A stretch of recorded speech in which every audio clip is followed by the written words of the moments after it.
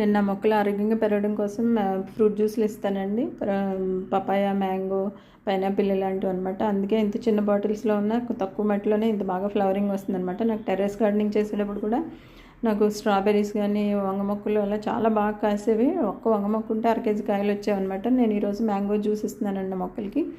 మనం only సమ్మర్లోనే mangoes తింటాం, కానీ నా మొక్కలు అయితే సంవత్సరం అంతా మ్యాంగో జ్యూస్ తాగుతాయండి. ఈ మ్యాంగో జ్యూస్ కోసం తీయగా ఉండే బంగినపల్లి, చెరుకు రసం ఇలాంటివి తీయగా ఉండే మ్యాంగోస్ తీసుకొని వాటి పీల్స్ తీసుకొని చిన్న చిన్న ముక్కలుగా కట్ చేసి ఒక 2 లీటర్ బాటిల్ ఉంటే అందులో 1/4 వరకు ఈ పీసెస్ నింపేసి ఒక 2 స్పూన్స్ బెల్లం వేసి పైన 1/4 గ్యాప్ ఉంచేలాగా వాటర్ పోసేస్తే మనకి ఎయిర్ టైట్ మూత పెట్టేయాలన్నమాట. ప్రతిరోజు గ్యాసెస్ రిలీజ్ చేయాలి. ఒక 15-20 డేస్ గ్యాసెస్ రిలీజ్ చేస్తే ఇంకా మనకి సంవత్సరం అంతా ఉంటుందన్నమాట. ఇది ప్రతిరోజు ఒక్కొక్క రకం ఫ్రూట్ జ్యూస్లు ఇస్తాను. ఒక 20 ml ఈ ఫ్రూట్ జ్యూస్, ఒక